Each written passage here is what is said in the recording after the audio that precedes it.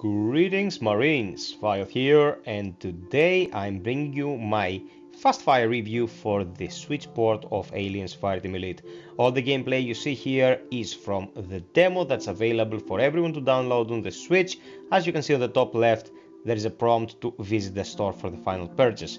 I will not be purchasing this because I already have the game on two systems, but I will bring you my thoughts on the experience as you watch the gameplay. First and foremost, let's address the elephant in the room. Out of all the available versions of the game, this is by far the least appealing to the eye, something that was to be expected. Not only is the Switch natively a 1080p capable machine at best, it is by far the weakest of the batch, including the consoles of the previous generation.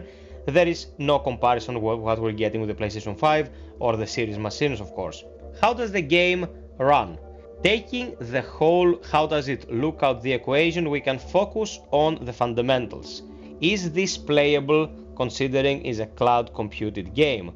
If you've been following the channel lately, you'll know that I've been extremely vocal about Cold Iron's choice to bring this to the Switch whilst the game runs poorly on all devices, and by poorly I don't only mean that sometimes it can be almost unplayable because specific scenarios render the frame rates inhumane, but it is also buggy as hell. Enemies disappear, getting stuck in walls, all those things were never properly addressed. Some of the perks included in the game never got fixed, like Surgeon's Hands for example, which rarely works on classes that are not the dog from where it stems. So how does it play? I went into this demo expecting a total disaster. I expecting total unresponsiveness, stutters, disconnects, a mess. What I got was not as bad. I have to note here that the gameplay was recorded whilst I was streaming, meaning a big bunch of my upload was already occupied by the streaming software. And the game ran for the duration of the demo allowed without a disconnect, and I only ever got a notification for weak connection once before the gameplay started. That means that generally this is playable. You can play AFTE on the Switch if you have a good connection with small latency numbers. This is very important because you can have a gigabyte of download and 100 megs of upload, but if your ping is 50 ms, this will be a no-go. Ping is very important with cloud computing because you are constantly sending information to the cloud for processing and getting the feedback it provides. That's streamed on your device, nothing is done locally. So if you have large latency numbers, the bulk of the info you're sending and receiving will come in increments that will give you a sense of lag. Lag even if you're playing in single player. That will be unresponsiveness, input delay, and all the shenanigans related to how smoothly the game runs. When we're talking about how smoothly the game ran, I was surprised to see that it felt closer to playing uncapped than playing 30 FPS. And this was surprising, because I play in a big ass TV when I stream Aliens Fireteam Elite. We're talking 55 inches of 120 Hz 4K TV. Texture wise and graphics wise, my eyes were bleeding because the textures are very low quality, something that, as I said earlier, was to be expected. But the smoothness of the stream itself was actually manageable. For most of the duration of this demo, I was getting upwards from 30 frames, although I'm not Digital Foundry and cannot test it.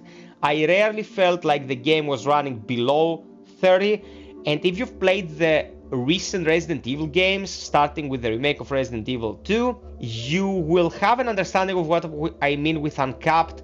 Basically, the game isn't locked to 30 nor 60, it is left open, so when there is not much load on screen, the game will run a little bit faster. When there is a lot of load, it will dip lower, but will meet the minimum requirements of the time, unless we're talking about optimization. This was fine. It didn't feel clunky when it comes to how it ran in comparison to what input I was giving it. It didn't feel like it was a graphical processing issue at any point.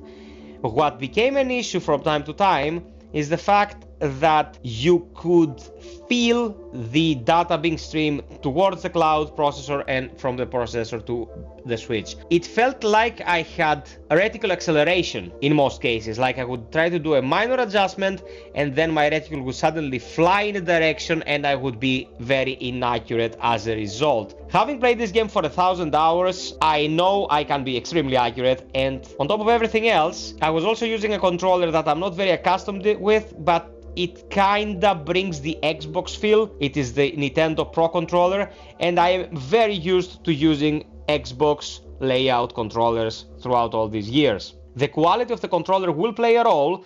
I wouldn't ever recommend you play this with the Joy-Cons, but with the controller as the one I mentioned, it should be fine when it comes to the hardware itself, the input hardware.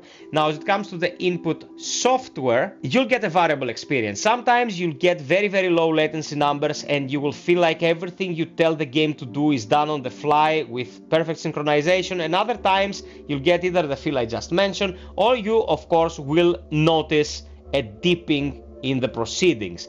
It doesn't appear as a state of slow-mo. I have to give you that straight without any room for misinterpretation. It straight up feels like what you're telling the game to do is not done in the moment. It takes a moment to render, and that leads to some jittering or discrepancies with the movement when it comes to what you say and what it's done. As you saw there, the QTE was botched beyond all recognition because the lettering on the buttons of the Switch, it's totally different than the other consoles, but it wasn't a latency issue, that was just my misunderstanding of the controller. So all in all, I have one gripe. I feel like the game was presented to a new crowd before it was fixed for the initial buyers who bought the game, invested time and their trust in Cold Iron, and they felt like it was a priority to get the game to a bigger crowd instead of fixing for the already existing and paying crowd that they built throughout these months. And the asking price, in my humble opinion, is a bit much considering what's on offer here. It's pretty much buffering a game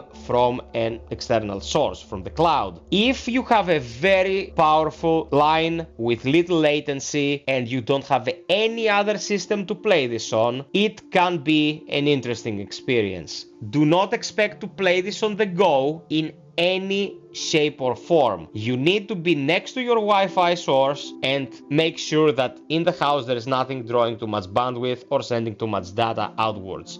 That kinda nullifies the utility present, because if you have a really powerful line, you probably have better hardware in your house as well. If you can afford Google Fiber, you probably can afford an Xbox Series X as well, or a PlayStation 5. If not though, because maybe you're not a gamer that spends too much money or follows the trends, the Switch might be the console you bought because you wanted to play The Legend of Zelda, for example. And if that is the case, this is usable. It's far more usable than I expected it to be, runs far more decently than I ever thought possible. So, pretty much the ugliest port of the game that we have, for the weakest system that we have, but nonetheless playable, and if you don't have any alternatives, you should consider it. If you do, let it rest, get the game on a better system, and enjoy it at its full capacity.